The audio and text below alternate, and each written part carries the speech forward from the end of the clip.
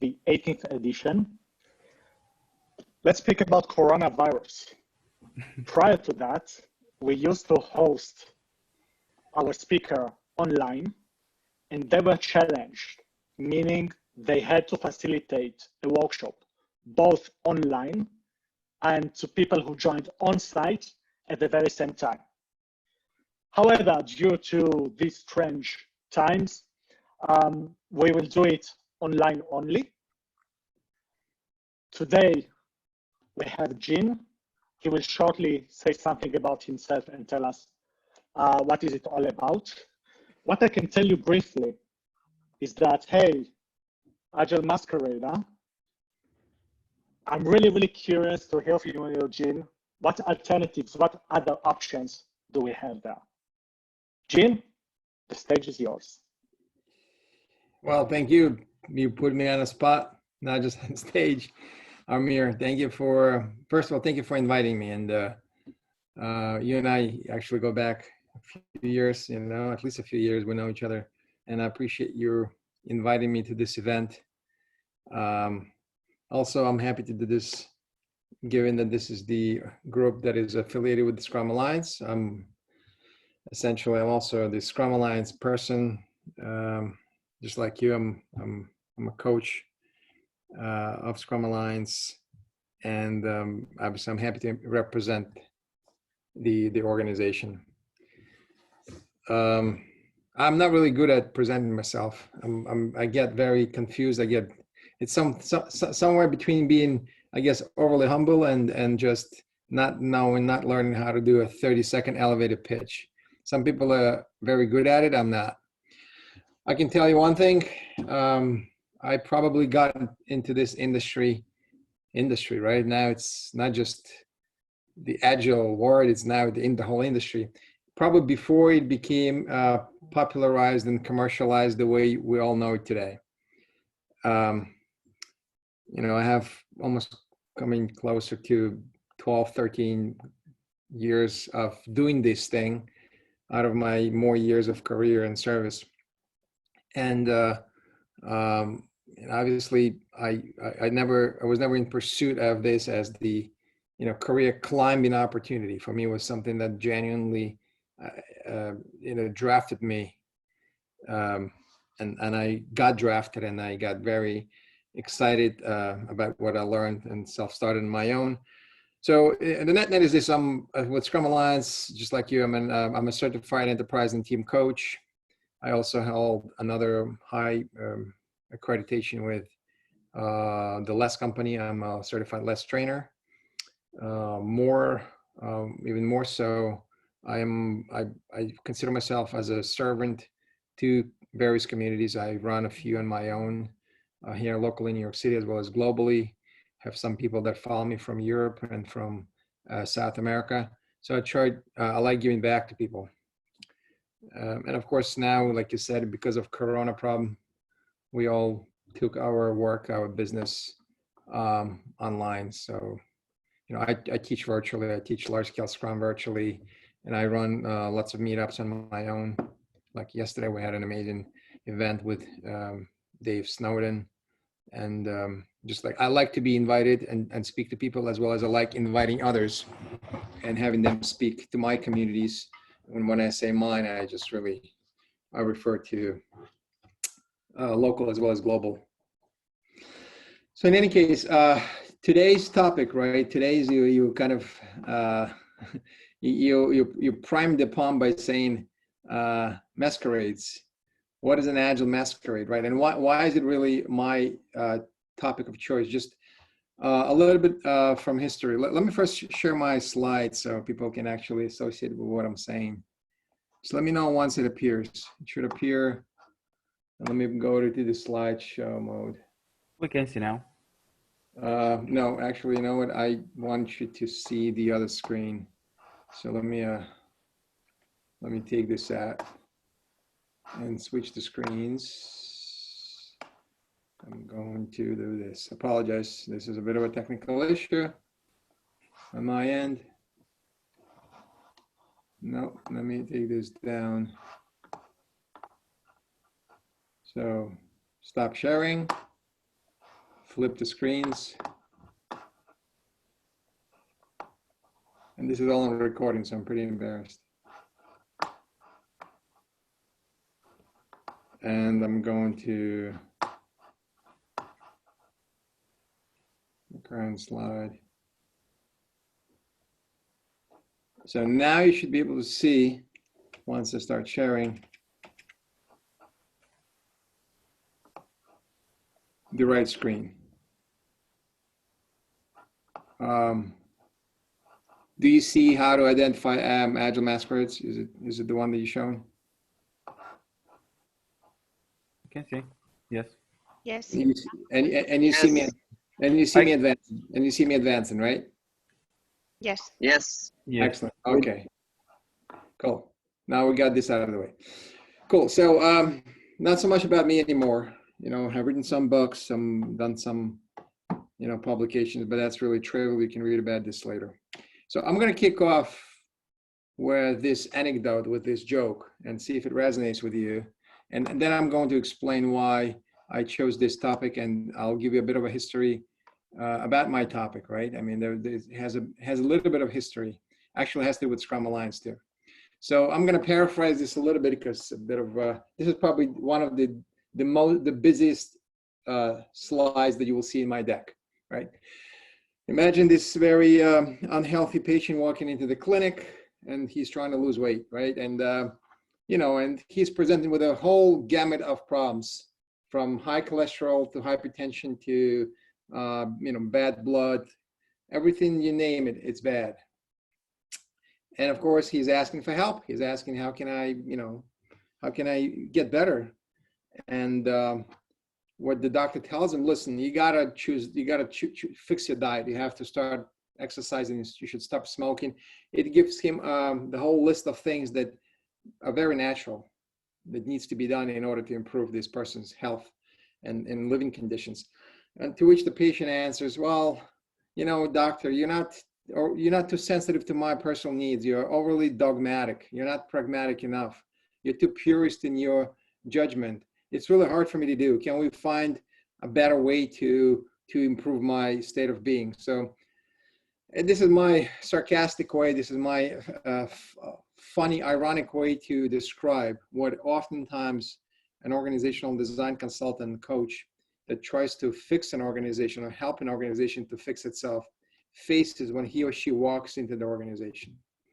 There's a sense of complacency and unwillingness to make any significant changes, yet companies expect to change for better.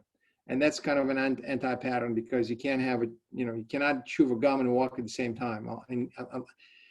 At least to my understanding, this is going to be pretty challenging, right? So, and of course, this is the diary of a known Agile coach who has this, you know, tries to describe his own experience, right? And I'm sure some of you that have done, you know, I'm sure you guys are doing similar work. At least some of you have seen the same. A company is trying to improve, but at the same, at least they're saying they're trying to improve. But when push comes to shove, when it actually comes to actions, there are no deeds. They're just intentions. Okay. Well, I mean, I'm one of those guys. So, and I get this from time to time. And of course, this is my way of paraphrasing it and sharing sharing some of my sentiments. And therefore, instead of talking about greatness, instead of talking about success stories and things that are so amazing, so beautiful, I'd rather talk about things that don't work. Of course, I would like to propose some alternative solutions if it helps, but I don't like just, you know, giving politically correct, happy end professorial speech about greatness of things, because there are things that are out there are not always so great. So we need to, it is not being pessimistic, it's being more realistic. And a bit of history behind this type of presentation. I actually wanted to present it here in New York City at Scrum Alliance Global Gathering this May in 2020. Unfortunately, it did not happen. And in fact, I'll go on the record and say this. I had some sense that it would not be approved by the committee. For some reason, perhaps people felt it was overly blunt. But that's what people need today. They need bluntness, they need directive telling, and they need to see things at their face value. So anyway, so I'm happy to be able to present this here today to you. And also I'm happy that it is a Scrum Alliance event. So one way or the other, I was able to speak on their event. And one thing I would like to say, of course, I'm going to be using lots of graphics. So most of my slides are cartoons. I'm a cartoonist and I do everything by hands. I don't use any fancy tools. I mean, I use very simple, very basic tools. Some of my graphics, I would think they're pretty ironic, at least so I've been told. But you can use them. So the reason why I put this slide up is because first, you can use them, you can repurpose them as long as you give a small attribution to me. And there are these two links when you actually get my deck, and that's one of the questions I'm sure you're going to ask of Amir. Can we have Gene's deck? Yes, you can.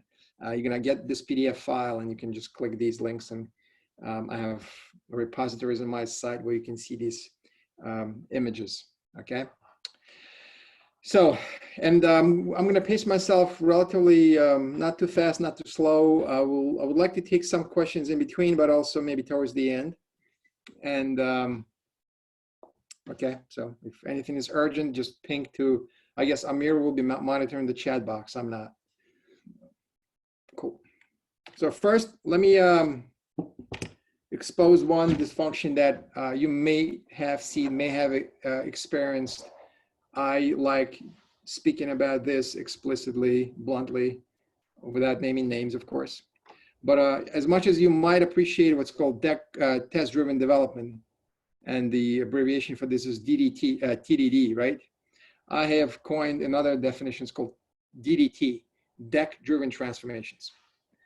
And what we oftentimes see organizations falling into are transformations driven by large consultancies that are very successful in obviously getting their foot in the door. They already are in the door. They have established contracts and relationship with client companies. And what companies end up getting is what I refer to as deck-driven transformations, very expensive ones. These do not come cheap. Of course, you know what I'm referring to. We're talking about high price that is set on those transformation efforts. And oftentimes what we get consultants that are probably experienced in certain dimensions, in certain fields, but not so much in organizational agility and organizational adaptiveness. So we as companies, we end up getting advice and strong recommendations, almost a cookie cutting approach from consultancies that feel that their way is the best way, and it's pretty much because it's in the slide deck, it must be accurate. Of course, there are cases and there's history that debunks this this assumption that everything that comes from large consultancies is accurate. But this is one of the personal dysfunctions I have seen a lot, and companies, especially large companies that have money, they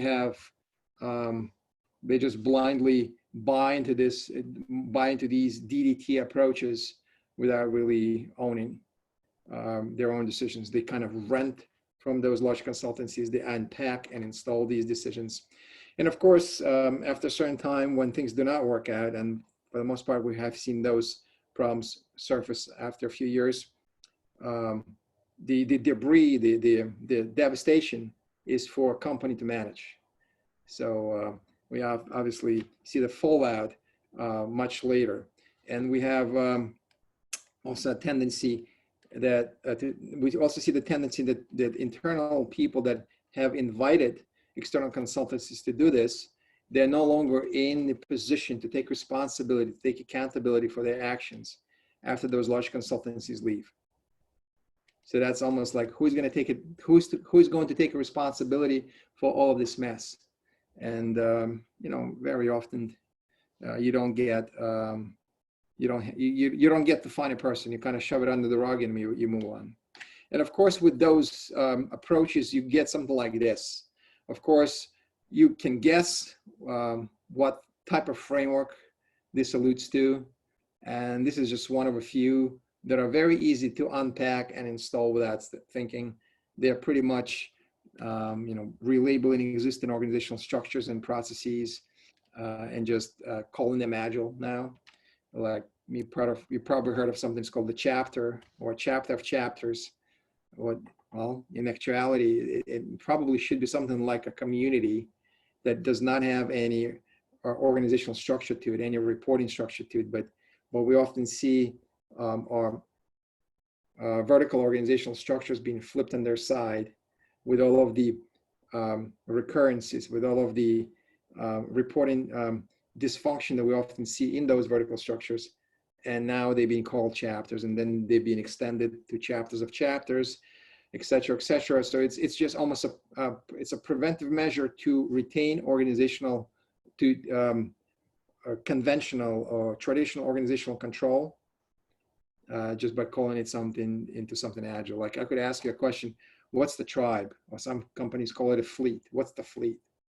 If you go to ask Henry Kneiberg or anyone who was in place in position at Spotify when the Spotify model was actually introduced, they'll give you a completely different definition. In fact, they strongly recommend companies not to copy paste their model. Yet we see so much of this being ignored, and companies are still unpacking and installing these labels, this terminology, this phraseology, and of course, not much being changed, right? And of course, this is a pretty packed slide. Although it's a graphic, it's a pretty packed slide. You're going to have it, you can absorb it, and you can parse it on your own if you wish. Something about, unfortunately, many agile transformations, as we call them, they are broad and shallow. And I am trying to depict them on the left-hand side. We hear a lot about best practices, cookbooks, agile operating models, metrics, maturity levels, velocities, outputs, RACs, KPIs, reporting. These are very superficial indicators, and it's not that they're not important. Well, let me rephrase it. It's not that we want to abolish them all. No, that's not what we're saying. These are probably, at least some of them are good. But what really matters is that who is asking for them and where they're coming from. And why is it the first and the only focal point for many transformations? So if we see a pattern that's on the left, it is an example of a deep, of a broad and shallow agile transformation that's most likely in name only.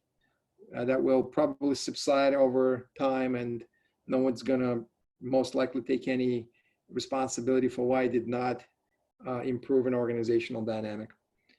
Of course, the previous slide would be directly tied to this one, because with those big bangs, unpack and install so-called agile frameworks, most likely gonna get a picture on the left-hand side. Now, if you want to do things better, and of course, we say the Masquerade, what's the alternative? You want to go deep and narrow. You want to go deep and narrow as opposed to broad and shallow, which means you want to touch more organizational domains, not just IT and technology and business, for example, but also vendor management, site strategies, HR policies, organizational structure overall. And of course, you want to spend a lot of time with individuals and teams by teaching and coaching and training them, but it's bottom up and top down. This is actually an example of a large-scale Scrum adoption, which takes months to prepare, and I would say at least a few years to get to a decent level, okay? And we don't look for large organizations to flip. We don't want to claim these bombastic, we don't make these bombastic statements. Hey, I have transformed a few thousand people and I'm an enterprise coach XYZ. We don't do that.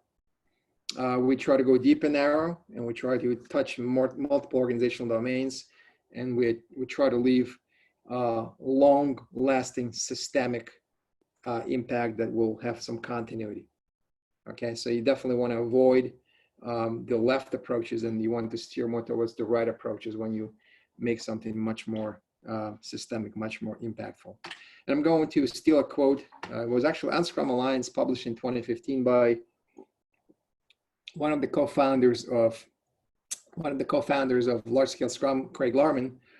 That's his quote. I'm going to leave it to you to paraphrase.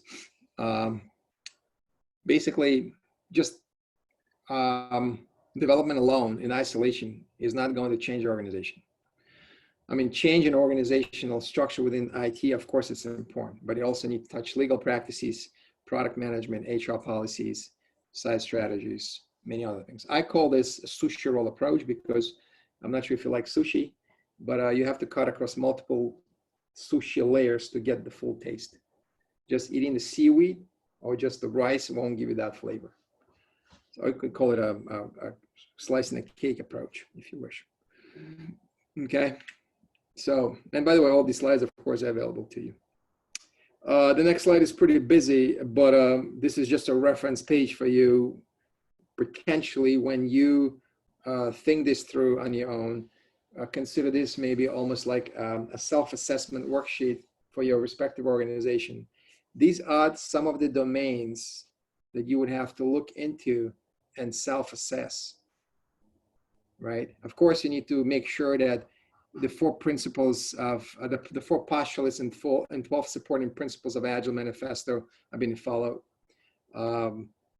Please understand what system thinking and lean system is. Design thinking, although sometimes you hear almost anything thinking. Design thinking, UI UX design thinking, architecture thinking. Yeah, you have to be thoughtful. Always consider system thinking and lean thinking as the underlining chevrons of all of other thinkings, all of other thinking. But of course, these are the big dimensions to go into. And you notice it is not just technology. It is sales and marketing. It is HR policies. It is budgeting and finance.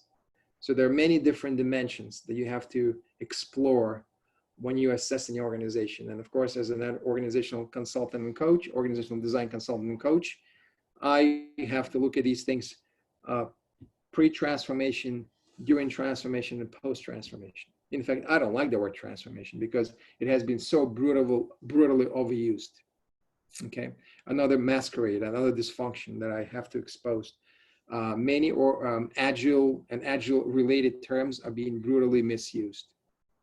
And if your dictionary, if your vocabulary rich enough, try avoid using those terms for as long as you can, unless you know who you're speaking with. Here's another dysfunction, and of course, first I want to talk about what's on the left. Especially when it comes to organizations that want to become more agile, the first knee-jerk reaction becomes, well, we need to build our own internal center of something, center of excellence, or center of perfection, and we have to, staff up our internal coaches so that we can transform the organization. And there is absolutely nothing wrong with building your own internal expertise.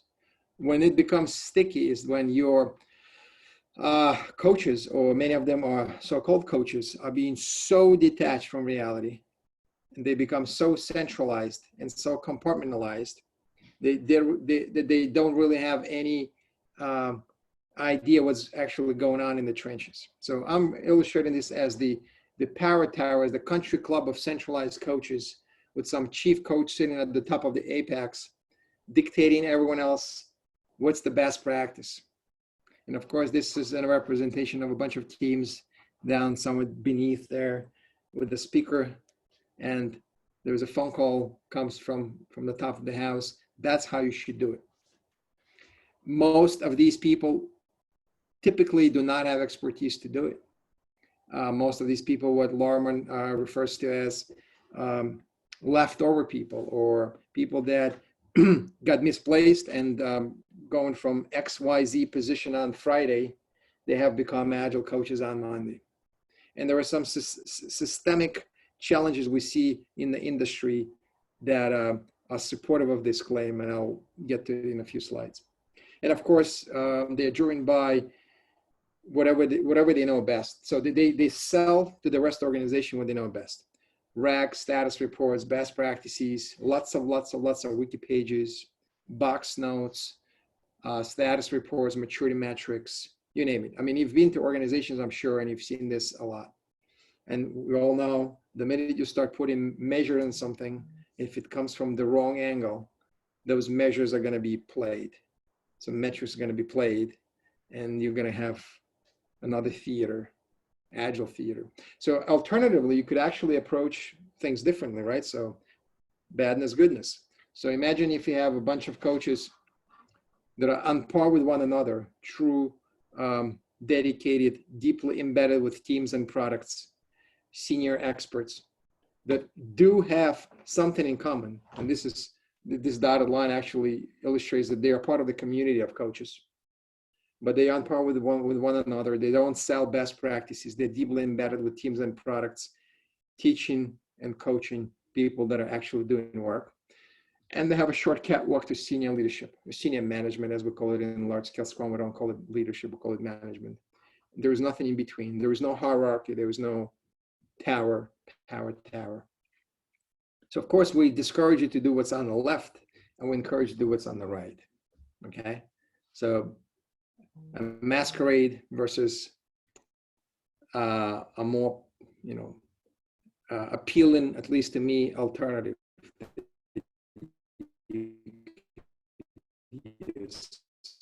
And of course, these all come, almost all of them come with a try and avoid. In large scale Scrum, we refer to this as an experiment. Try this, avoid this. Try this, avoid this. So definitely try what's on the left. Now we're switching sides. Try what's on the left. When it comes to a coaching job, a coaching profession, it is a long journey. Jim, sorry, may I interrupt you for a second? Yes, please. We have a question from Vlad. That is, what word do you prefer? And I believe that it has to do with the word agile transformation. Vlad, feel free to step in. What word would I prefer other than the transformation? Yeah, than agile transformation. Yeah, so I don't necessarily, Vlad, thank you for asking. I don't necessarily have something that is very against the word. It's just the ear. It's so irritated with the word. Yeah, call it a transformation. We can substitute with a synonymous word, like an adoption or changes towards agility.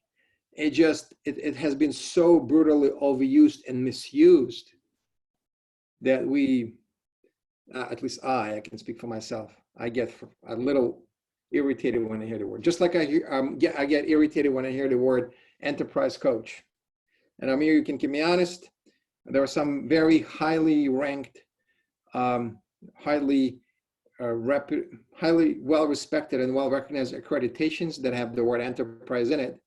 But if we go into the marketplace today, then everyone and their mother has the word embedded in their title. And of course, that just dilutes the purpose altogether. Speaking of which, I mean, I think we're looking at the graph, at the image on the right-hand side. We have a person in red trying to fast track his or her career, going from the old level, old role, some level, trying to jump into some senior position with the word agile in it.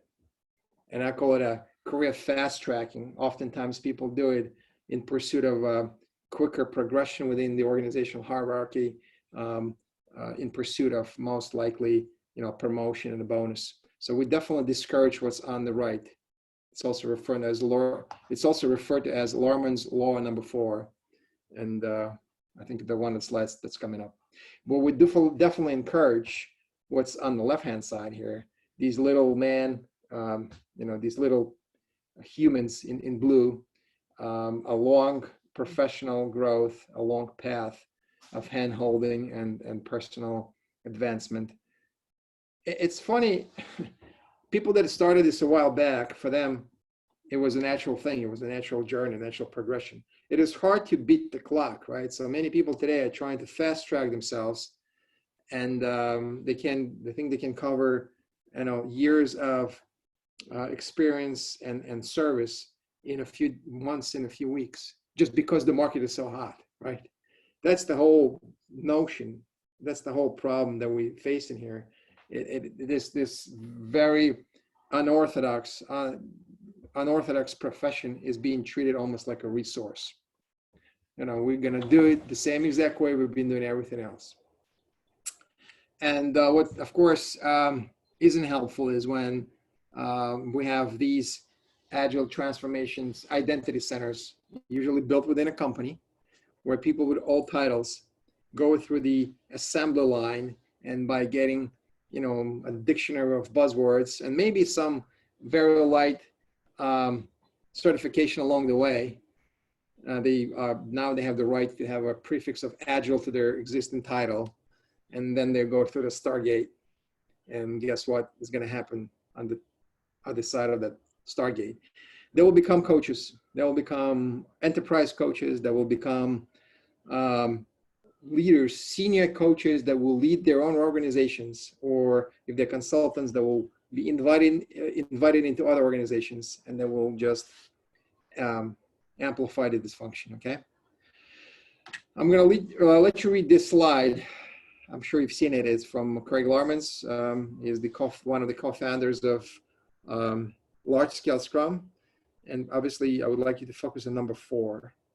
That's the dysfunction I'm alluding to.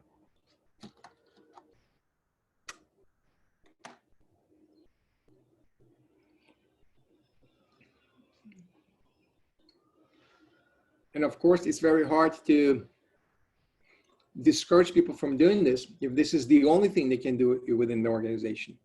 Imagine if an organization is truly trying to become more agile, more lean, more nimble, and they're flattening their organizational structure. They will be looking at for those potentially redundant roles that are no longer needed. Now, in large-scale Scrum, we say a lot, we say pretty often, you have to separate, we have to delineate between job security and role security. This is not the same thing. You want to keep your own people employed, well employed, and support them, but do not optimize your organizational structure for a role. Role security is not a good thing. Well, and this is an example where people from their old roles just jump into new roles. And these new roles, of course, require some history of learning and education and career path. And these people have none of that. So there's a binary switch overnight from Friday to Monday. And it usually goes like this, in my experience, what I've seen. If someone was in a relatively senior position with the old title, and now they want to become a coach, they'll almost automatically become a senior coach or an enterprise coach, because according to the pay grade in the HR table, that's where they should be. And of course, if they are less senior, if they're more junior, there will be a Scrum Master. Guess what? In my life, I've seen more well-rounded, seasoned Scrum Masters that really knew what they were doing than self-proclaimed coaches. So in my book, especially in large-scale Scrum, where a Scrum Master is a full-time role, and it requires a very seasoned, very well-rounded person. A Scrum Master is the team-level coach, full stop. No questions asked. Now, of course, the challenge number 4 is hard because of what the gentleman by name Upton Sinclair said once. Right? It's almost hard to tell someone, why aren't you understanding this? Because by not understanding, they actually getting paid. So that's a pretty, I like this quote a lot and I use it a lot. And if you tell yourself, if you convince yourself of something often enough, you're actually going to believe it. So that's another anti-pattern we see. Jim, we have another question. Yeah. Sure. Did you say the Scrum Master is a team level coach? Is that something specific to LESS? In large scale Scrum, well, first of all, if we open up the Scrum Guide written by Ken and Jeff, you will probably read something along the lines, and I'm paraphrasing now, it's Scrum Master's responsibility is to coach the team and product owner to Scrum. The word coach is there. In large scale Scrum, which is Scrum but done on a wider defined product by teams that work for the same product owner out of the same backlog, with large scale Scrum being an organizational design framework, not just a copy paste or unpack install, the answer is yes. A Scrum Master becomes even more critical role. He or she is able to support between 1 to 3 teams. That's the strong recommendation by LS. And absolutely, it's a very seasoned, very well seasoned person. You cannot take someone off the street. You cannot, someone who just passed CSM or even who practiced scrumming one single team probably would not be a good candidate for a Scrum Master role in large scale Scrum. We're looking for a very seasoned person. Like for instance, you know, I don't want to throw too much analogy, but since we're at the Scrum Alliance community, I can tell you the expertise, the level of expertise and seasoning that we expect from a certified team coach, it's probably the bare minimum required. I would say it's on par. So I don't want to make the translation that is direct, but that's the level of seasoning we would expect to have from less Scrum Master, because over time that person will change his or her focus from the team and the product owner onto engineering practices and organizational design. And in order to be able to be an organizational design influential figure, you need to be very seasoned in what you do. Okay? Hopefully that answers. I used to write in the past, so that's my poor man's way to try to remember what bad SQL, what actually this is good SQL, but it's it's bad SQL if you run this query against the database in your HR table. And for those that may not read SQL, effectively it means that, hey, we're just gonna go ahead and update all HR tables. And if we come across an employee with the title Senior Project Manager, if we want to give this person an opportunity to do Agile coaching, we're just going to label him into a Senior Agile Coach. For junior PMs, we're going to call them Scrum Masters, and for business analysts, we're going to call them Product Owners. Now that's ridiculous, that's damaging, devastating, and it's really, really, really harmful. Now, of course, if your organization takes it seriously and really wants to introduce a career path, then the ball game changes completely. And I actually have been to some places where it took a few years for them to introduce the job of a Scrum Master in the HR database. So it's no longer labeling all them to you because of the pay grade. It's a meaningful, thoughtful way to support Agile roles. Okay, so hopefully if you see this code in your HR database, try to comment it out or maybe delete it altogether. Okay. This is just a pass-through slide to kind of allude to some of the language correction here. I'm certainly recommending to change the use of the word Agile. In fact, there is no need to call Scrum Masters Agile Scrum Masters or Agile Product Owners, because there are no waterfall Scrum Masters and there are no waterfall product owners.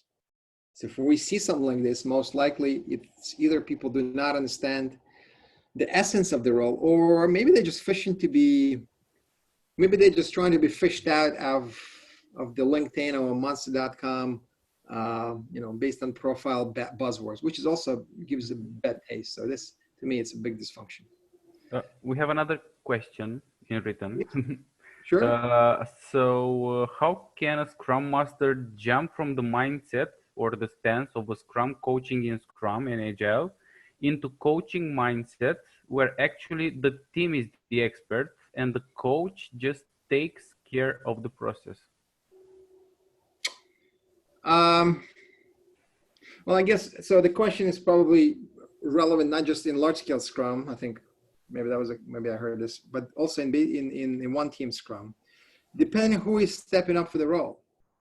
Well, first of all, in large scale Scrum, there was plenty of stuff for that person to do, because once he or she stops focusing on the process Scrum or less, in less, the role does not go away, because the level of organizational focus grows. And we need to discuss about this when we discuss large scale Scrum at large. Of course, this isn't the forum for it.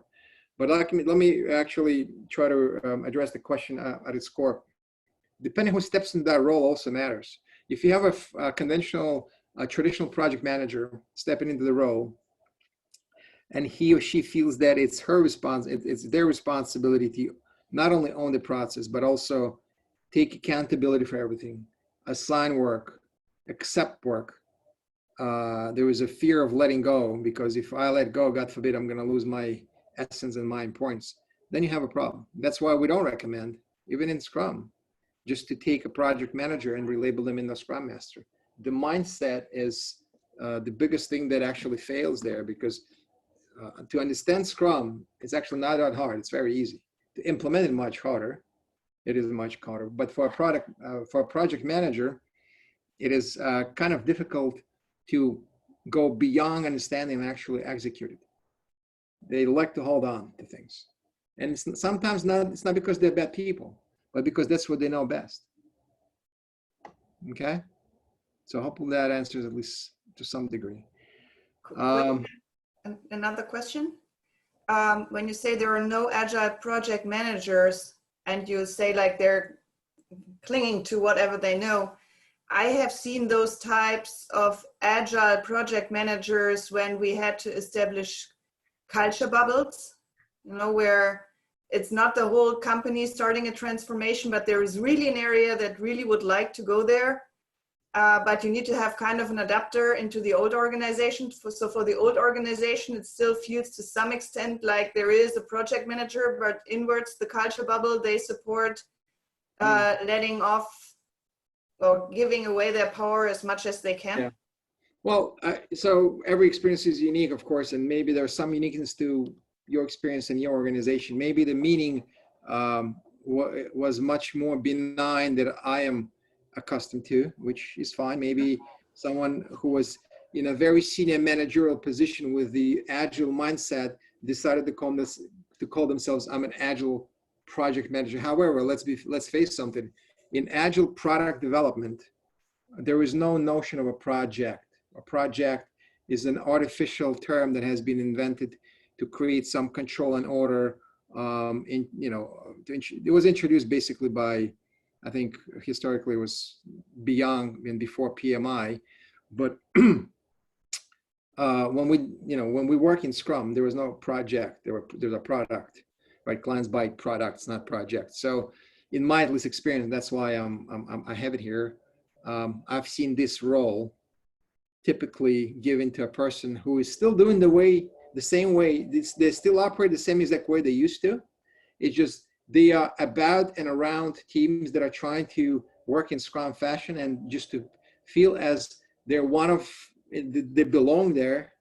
They'll just relabel their name, their title into Agile Project Manager. And instead of asking for status reports, they will be asking for Jira metrics. And instead of asking for BRDs, they will be asking for, can you please show me acceptance criteria? So they will be kind of managing the same way. They will be just using different terms. So, and that's something that I'm trying to expose here in agile development, in adaptive. In fact, I don't like to use the word agile. I use the word adaptive. The history goes, and I can't get into it because I wasn't there in 2001, but word of mouth, the word adaptive was introduced first, and it was unchosen, and the word agile was chosen. And it's not as much of a layman term as the word adaptive. So in adaptive work, there are no projects. There could be some releases that are done incrementally, iteratively, right? Usually in Scrum, it's every sprint. But this artificial wrapper called a project does not exist. That's why having a project manager in Scrum does make sense. And unless we don't have any managers, at least they're not required. If we have any managers, senior managers, their role is a completely different thing. So yeah, so that's effectively what I'm trying to allude to here. All right, so this is a business slide. You can read it on your own later. Another dysfunction I would like to share is, this one of the problems we try to avoid, especially in Scrum, when we call these guys the PowerPoint architects. These guys that don't really write code. Maybe they never wrote code. Maybe they wrote code 20 years ago, but they sit at the top of their own ivory power tower and they tell the rest of the organization how things should look like. They are far away from action. They don't really understand many things that the teams are facing. And they have their, their next of kin architects that are kind of circling the earth and telling teams what to do. Of course, in Scrum and in large scale Scrum and in Kanban and XP, we expect architecture skills to be present on the team, not to be centralized as the power tower of some of heroes and people that are overly empowered to make decisions over others. So we often refer to this as the local optimization, because this person is very locally optimized to the best they can to tell the rest of the organization what to do without really rolling up the sleeves and actually doing them themselves. If you ask them to lead by example, they most likely can. They just telephone down what needs to be done. And of course, this is just one example of local optimization. We see these leads, these leadership roles that are really outside of the where action is. We see them in many other domains or domains of expertise. Lead BA, lead UI UX designer, lead backend Java, lead frontend Java, lead QA. I mean, these people effectively often we see them as they tell others what to do, but in fact they're not there to actually execute. And in Scrum, as well as large scale Scrum, we always say, well, if you're a lead, if you're a manager, show me what to do. If you cannot execute the same exact task you expected of me, how could you manage me?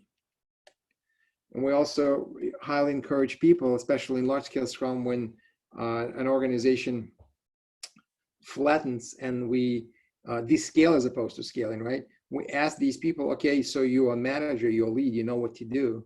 So we invite you to become a part of the team, roll up the sleeves and do the job alongside with us. It shouldn't take away from your seniority. It shouldn't take away from your ability to earn money. It shouldn't take it from your ability to advance within the company. But instead of telling others what to do and stand back, and you are welcome to join the team and actually deliver and lead by example. Lead by example, not lead by telling others what to do. Okay. So next one will be probably a series of attempts to ridicule, or at least put on the spot, expose some of the fallacies and some of the intoxication we often have with numbers. And I'm sure, just with a raise of hands, how many people are within companies where senior managers are asking to provide agile metrics, agile maturity metrics, agile maturity metrics? Okay, some people are showing thumbs up, hands up. Majority of you having hands up. So yeah, so as Albert Einstein said once, I'm paraphrasing now, if you are trying to measure something, right? So let me rephrase that. Not everything that is measurable matters, and not everything that you really need to measure because it matters is easily measurable. So don't try to run around with a ruler and measure everything and contrast, because that just leads to a huge dysfunction. And the minute you start putting numbers on things, and especially if they come from the top of that house, the apex structure that are depicted as, as the country club of agile experts, the minute you start doing that, almost like an antidote, almost like a T cell that fights virus and bacteria. Hopefully we have one for COVID soon.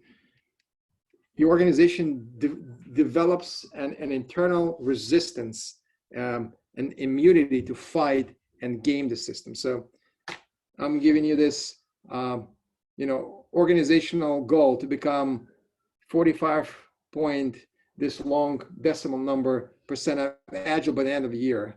And effectively this, if it's translated from Cyrillic, it effectively means we're gonna over deliver an annual plan in 3 quarters. That's as ridiculous as it gets often, because people are in pursuit of these meaningless numbers, very meaningless numbers. And I've seen this more often than not.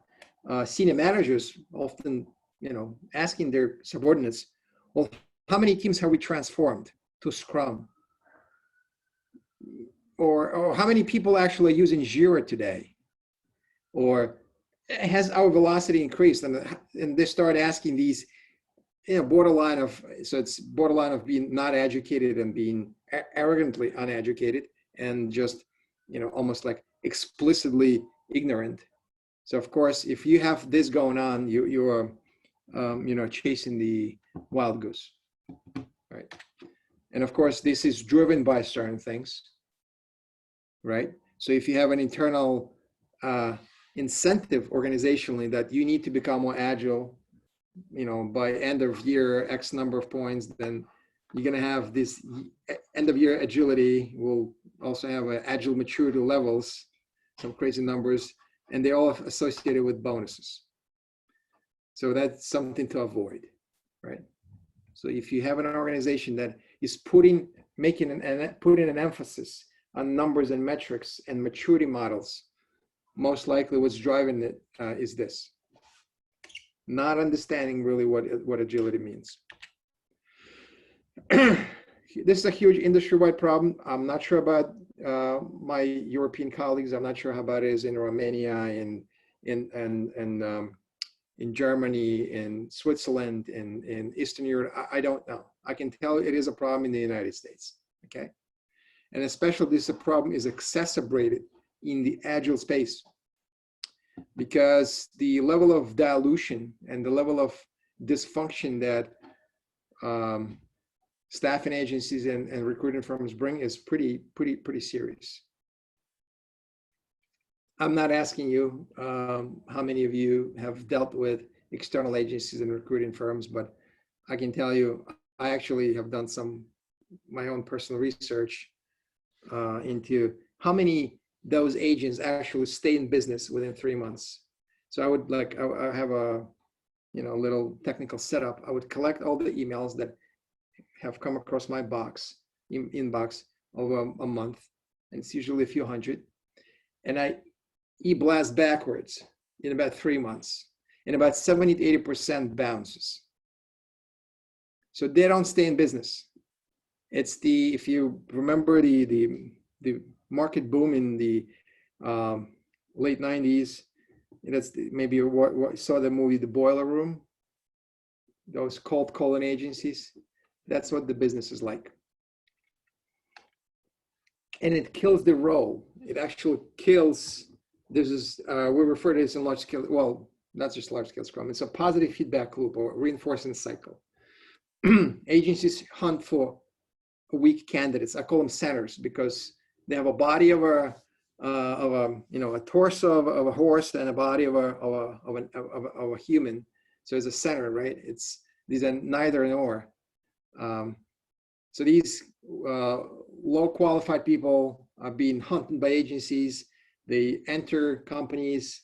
If they get lucky, they drive down the coaching bar lower, and the lower coaching bar means that organizational expectation of the role is dropped.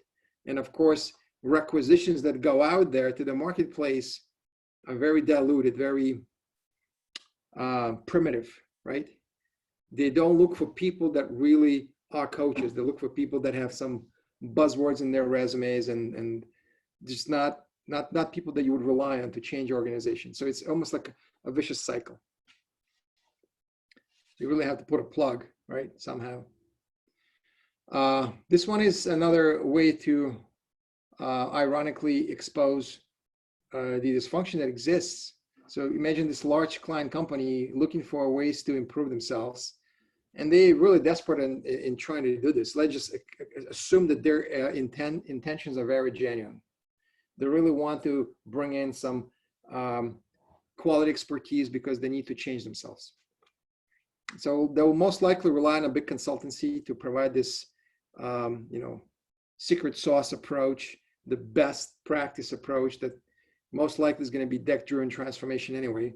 But if a large consultancy has a lot of demand from a client company, and of course these three would be competing with one another, they don't have enough bandwidth to hunt for these people. So it goes to staffing firm tier 1 helpers, and these guys work for a low markup.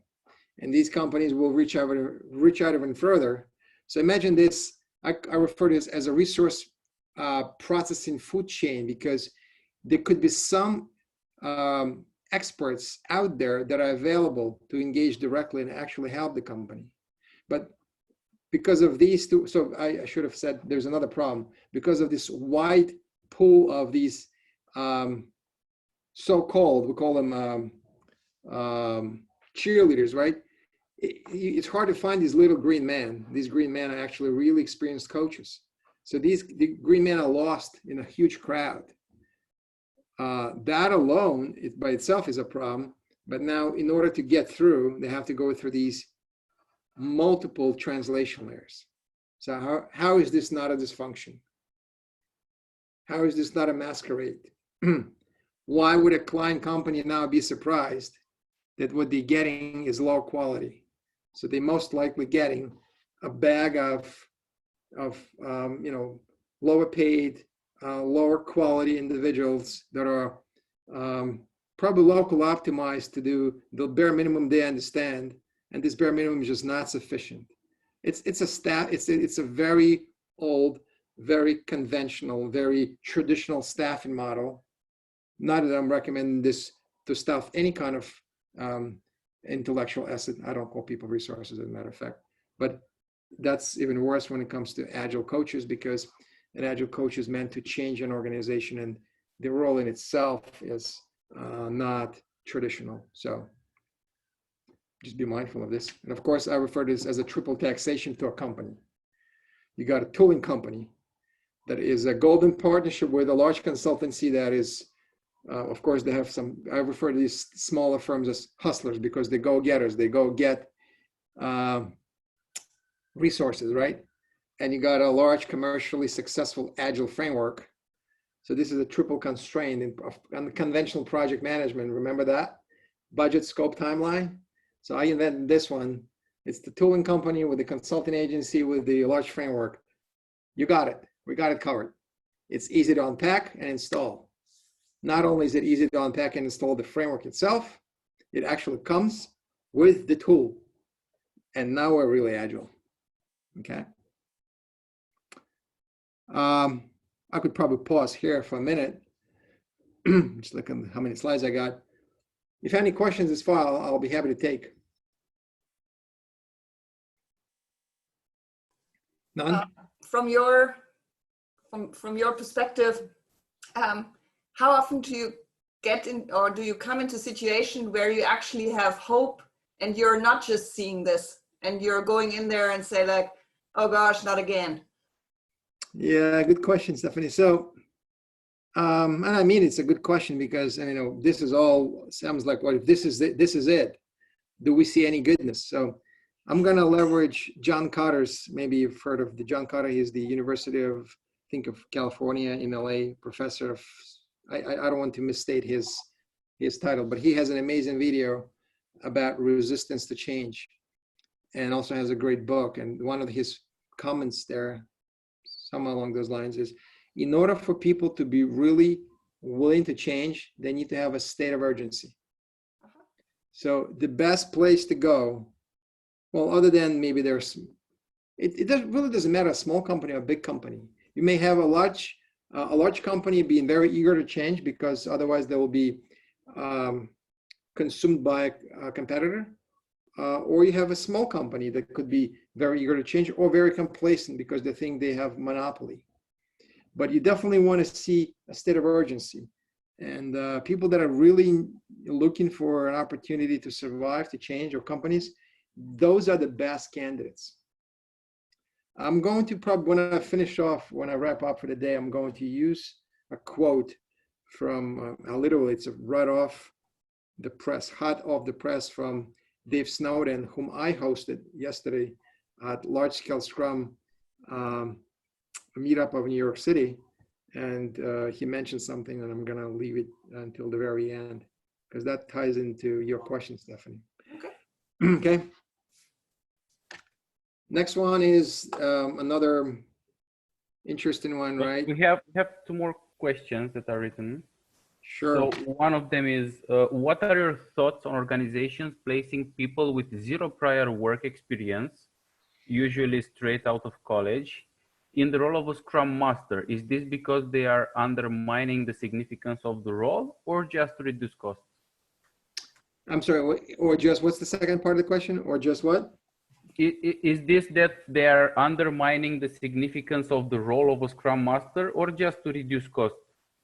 Oh, I see. Well, a couple of things. First, I admire and I have a lot of respect for college graduates that get out of college with expertise, knowledge, and eagerness and ambition. In fact, some of the fresh knowledge they bring could be very instrumental for organizations. However, because of the lack of industry experience, they could be very theoretical, and sometimes they just don't understand practicality of what's happening, the practical aspect of things. Now, you're raising a good point, because the question raises a good point, because the question is, why isn't the body of knowledge they get from a college or from a university prepare them for the role?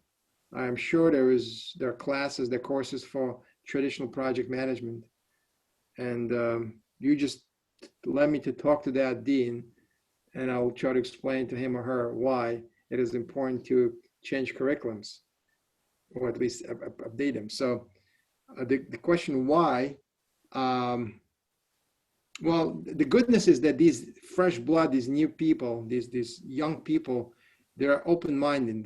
They don't want to be managed by traditional, conventional, carrot and stick, Taylorian type of management, where something that we see so much around us. That's a good thing, because these are entrepreneurs, evangelists that think out of the box. They could be very good Scrum Masters. In fact, they could be even better Scrum Masters, but than traditional long-time project managers. But obviously, they need to be properly educated. And as far as the costs, yeah, you're probably right. Some companies think we're going to, this is kind of a trivial role, right? It's not going to stay here forever. So we can hire young people and just call it a day. Mm-hmm. If that's the reason, that's bad. That's a bad reason. If they are coming from the angle of these are the best candidates because of their mindset, then yes, smart. But if they come from the angle of they're cheaper because they don't have any experience working and they will be working for less, not smart. Okay, and another question pretty much related to this one. How do you change the mindset of companies who leave behind their old habits of having one person sharing multiple roles, and to transition to defined roles and responsibilities? Well, first of all, I don't think it's possible, or it's super hard to change a mindset and culture without changing organizational structure. This is one of the biggest, if not the biggest, message, at least I send when I teach large-scale Scrum. Organizational design is the first order factor that defines system dynamics. Culture, behaviors, mindset just follow. So we all here are mature individuals, and imagine majority of organizations have people on average, at least here in the States, age is probably higher than the average of what I'm seeing here on the Zoom. So imagine these well-rounded, mature old-timers, you're asking them to change their culture, to change their mindset. Many of them have children, families, grandchildren. They won't change just because we're asking them to change. right? You have to create a habitat. You have to create an ecosystem that they're a part of that will make them want to change. So that's an organizational design aspect of agility. I want to fast forward just a little bit to make sure we have enough time to finish. Avoid these kind of certificates. You know, I'm going to let you paraphrase at your own pace. Be mindful and be careful. There's so much fakeness. There's so much plagiarism out there. Just be mindful. You'd rather not have any certifications whatsoever than get something from the chop shop that just jumped on a bandwagon of agility because it's a lucrative thing to do. It's a financially viable thing to do. And of course, we're not dropping any names here, but actually there's some lawsuits out there to prevent this. So just be mindful. Just want to talk a little bit more about Scrum itself, because Scrum is the most commonly known framework, most commonly known Agile framework. And the series of next few slides will be just to expose some most common, most classic dysfunction we have seen. In fact, this slide I'm going to be using this afternoon during it's not planned to be used, but I will use it during my last training, because one of the questions last night was, what do we put product owner proxies in less? Well, there's no such role in Scrum, right? I mean, what's that? It's the product owner who probably is the right person to do the job, but she is not willing to talk to technology or can't. So you get this Chinese telephone, right? Proxy over proxy over proxy. Then you definitely have a business analyst somewhere on business side, and technology is going to say, wait a second, you have a BA? We're going to put up one of our own. So let's make sure a BA talks to a BA. So now you got this, you know, the Berlin Wall between, you know, business and technology, and we call it pragmatic Scrum. Because if it wasn't that, it would be dogmatic. And someone would call you, just like Craig Larman calls it in Larman's law number 3. You are purist, you are religious, and you are not pragmatic enough. Right. And this is, of course, you know, we've done our share of dating in our lives. This is not the type of date you want to go on to. Right? I don't think there's anything wrong with a blind date. And I'm just going to give it its face value. But when there is a smoke screen and you actually don't see what you're getting, that's not a good deal. So we see that a lot. And guess what? A team actually wishes to have a real Scrum Master, a servant leader, promoter, supporter of Scrum process, and a real product owner to be supporting Scrum. But what they get instead, they get a project manager and they get a business analyst instead. Okay. Another one, faux Scrum or fake Scrum. Not every Scrum anti-pattern is obvious. Now, first of all, this is a healthy Scrum. You know, at the end of every sprint, you ship something shippable. And of course, the team cuts across the entire stack of components from A to E, integrating continuously. CI/CD pipeline rolls continuously. Now, these two are dysfunctional. These two are anti-patterns, but one is easy to see, another one is not. This one is pretty easy to see, it's obvious. It's mini waterfall, right? Analysis sprint, design sprint, development sprints, and there was a testing sprint, most likely 5 because a bunch of bugs, right?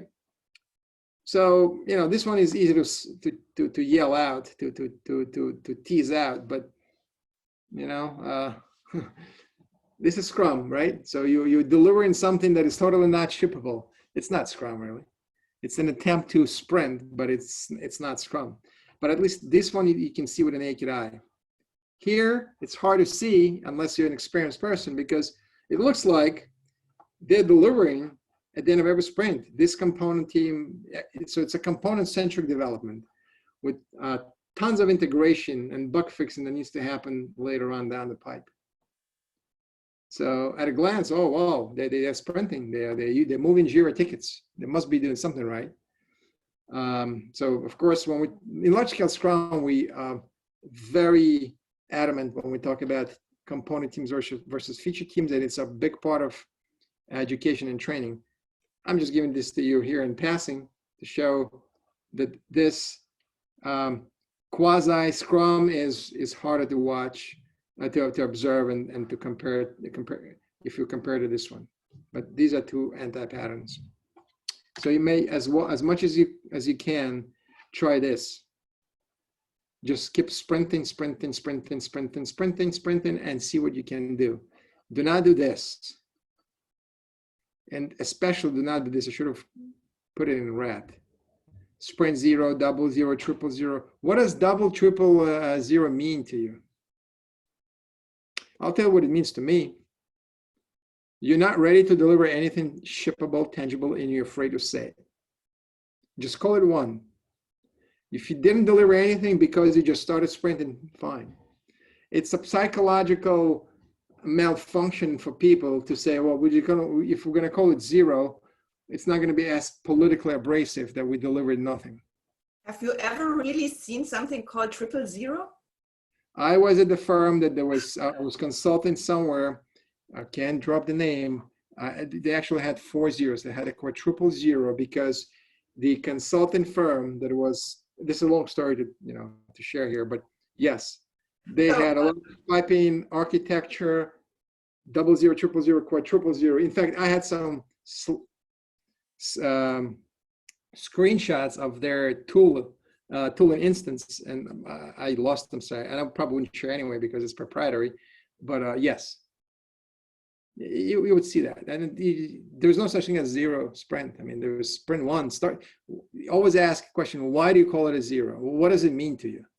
What if you don't deliver in sprint 5 or 6? Are you going to rename it into 0.5 or something? No. You just increment. You just keep going with those numbers. You just wish to deliver at the end of every sprint. That's a psychological thing. What is this? Local optimization. So we talked about we talk a lot about local optimization in large scale Scrum, and this is one of the ways for me to design a mechanism for translating business requirements documentation into Agile user stories. Of course, this is all ironic and facetious, right? But we oftentimes see this.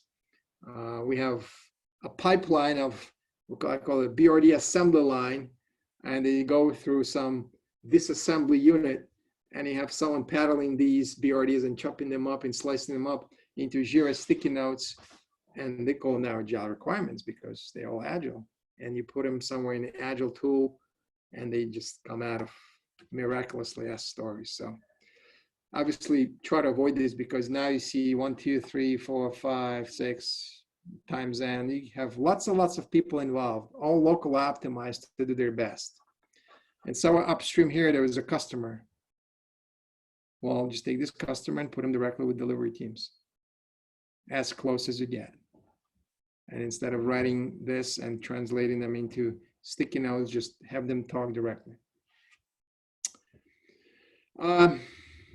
So we almost came to the tail end of this, and there's some additional assets, I call them, in the appendix, if you wish. Something for learning, something for reference. There was a question earlier raised.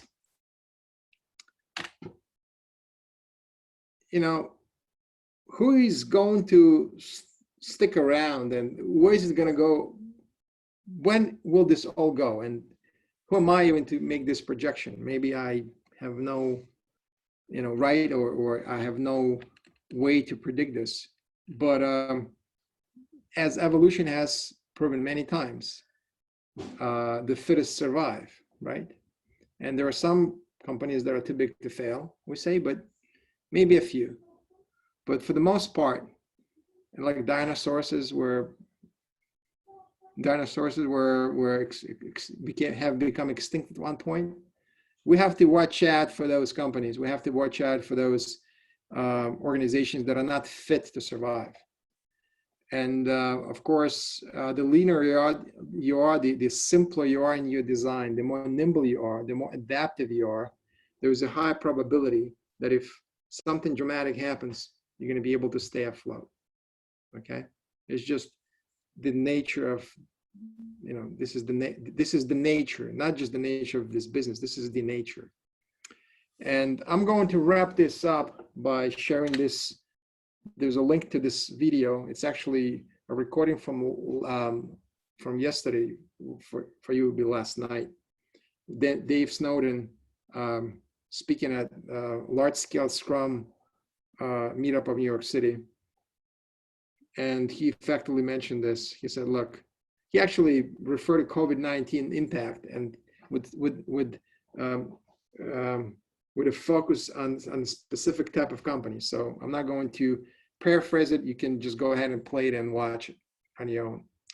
But in all fairness, at moments of dramatic changes or dramatic conditions, we may expect organizations that are less fit to struggle more than organizations that are more fit.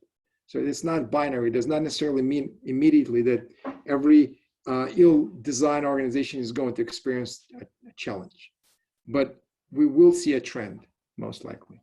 And from what I hear from others speaking to other people in the market, there are already some trends.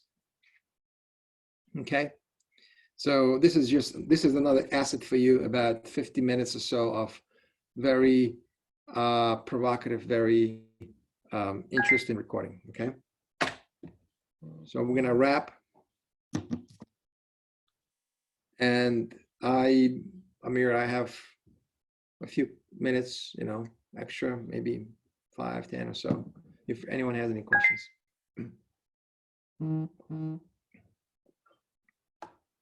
Sure, thank you, Jim. Please feel free to unmute and ask your questions.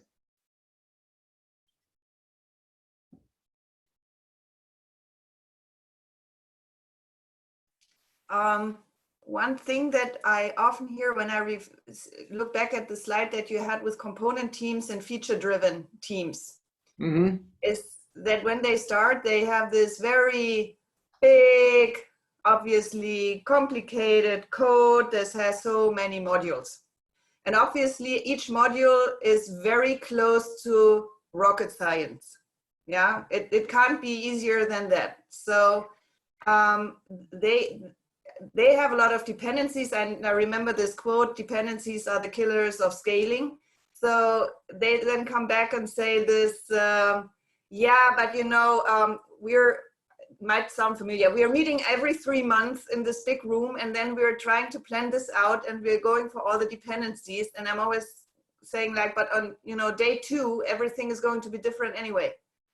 Yeah, and then we kind of try to adjust whatever. But have you ever seen that companies with those very strict component structure that got big legacy code get to this picture below? So, Stephanie, the short answer is pretty much any company I've been to at Hello from the beginning, unless it's a small product-centric company and they're lean from start, they are product-centric, customer-centric from start, which is not often the case. We see this. Okay. So it's almost like, so the short answer is, I've always seen companies being component-centric, and it's not so much because companies do not understand how to design teams.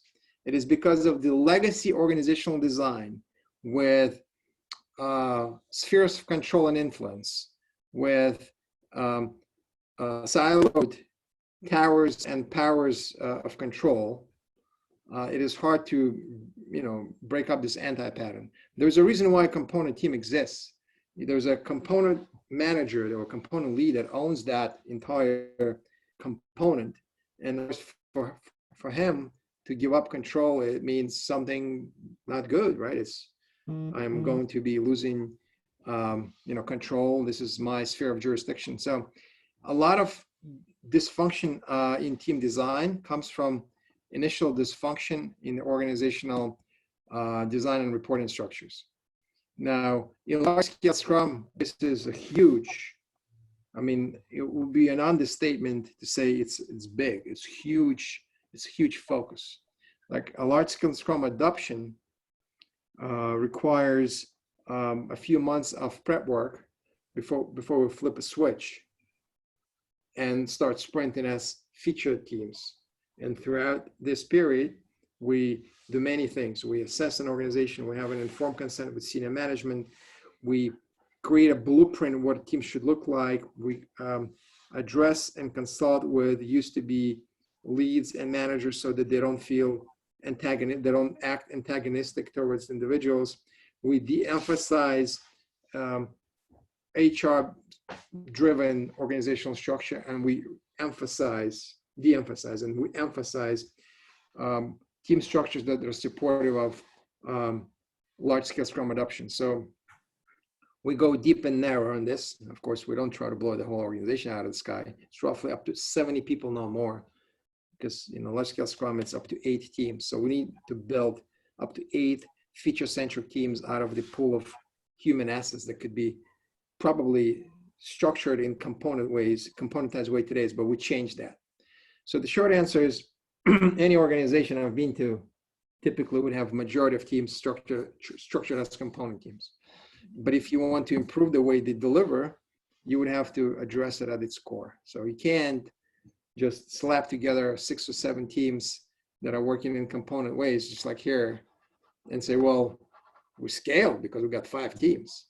No, you have copy-paste illusion of sprinting.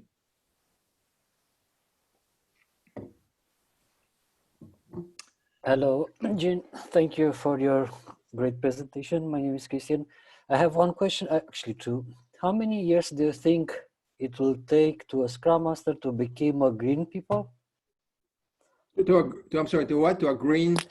A green person or green? Oh, you're referring to this, well, so this could be a Scrum Master, this could be a so-called a coach, because, anyone who understands Scrum and agility has the right to be a little green person. How many years? I really can't speak. I mean, for some people, it depends on the intensity of your self-education, on intensity of what you're dealing with on the job. So there are many factors, but I know you can't beat the clock. You can't, this is probably a bad analogy, but luckily it's not my analogy. You cannot give birth quicker than within 9 months since inception, right? So there's certain things you can make shorter just because of increased intensity, but certain things you cannot. You just have to let time take its charge, right? But I can tell you one thing, if you are ambitious to become this little green man, right, or green person, doesn't matter which gender, there is no right time to start. And depending how much aspiration you have, you may do it much faster. Well, I mean, depending on what you do with it, right? We know people that just go out there and get every possible certification that exists. And I get it. It's so hard to know which ones of those are valuable and credible, and which ones are not. Like I showed the 60-minute one. But I don't judge people that want to gain knowledge that it's very multi-dimensional. But I'm a little skeptical about people that they just go out and collect certifications, right? Because that you end up with the person whose last name is this, but the number of characters after the last name is much longer. So so there was no exactly how long. I mean, it depends on your journey. It depends where you work. Depends what you do outside of your paid work too, because you just spend time on in your paid environment, then you will be very confined to what your company is doing, to what your organization wants you to do. So you need to get out more. Like these events, like what you guys have organized is amazing, right? That's how you learn together. No one pays, no one gets paid, right? So, but you learn a ton, hopefully. And I learned too, but based on your question. So, you know, reading, exchanging, you just have to know. Of course, today it's difficult because there's so much out there. You can end up reading stuff that is meaningless or is written by someone who just wants to be heard. So, yeah, it was different 5 years ago, it was even more different 10 years ago. Thank you very much. Yep. The second question is related to change process. Let's say you avoid the term of transformation. I Yep. work with a company of 15 engineers, and we started in 2017, and we are still on progress. So again, how long should be this process? Because now it depends. I mean, it's, first of all, I said that I don't like the word transformation. It's not illegal. I mean, it just, you know, it's beat up. It's a beat up term, right? I'm an expert. I'm a professional, but what exactly does it mean? It varies. It could take a few months. It could take a few years. It could take a decade. You could be spinning wheels for a few years and get nowhere. It varies. So, you know, large investment banks are more difficult. Small product companies are easier. You know, medium.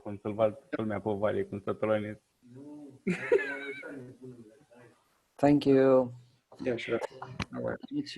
You have the phone on. Thank you again for the presentation. Thank you, Amir, for this great meetup. My pleasure, folks. I see we're coming up to the hour, and Amir, unfortunately, I need to drop in a few. You have my assets. You have my content. I'm going to send you the deck. You know, anyone who wants to, you know, reach out, you certainly can. I'm easily accessible. Or ask Amir how to find me. And, you know, hopefully you can avoid some of these masquerades and dysfunctions, and at least you know what they look like. Hopefully you maybe use it as a face control at the bar. Okay, that looks like it. Call that out.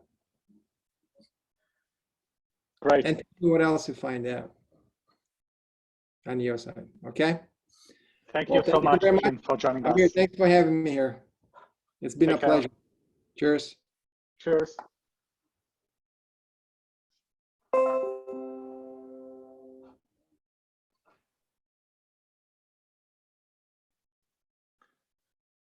Hello, everyone. For those of you who are willing, we can do some networking.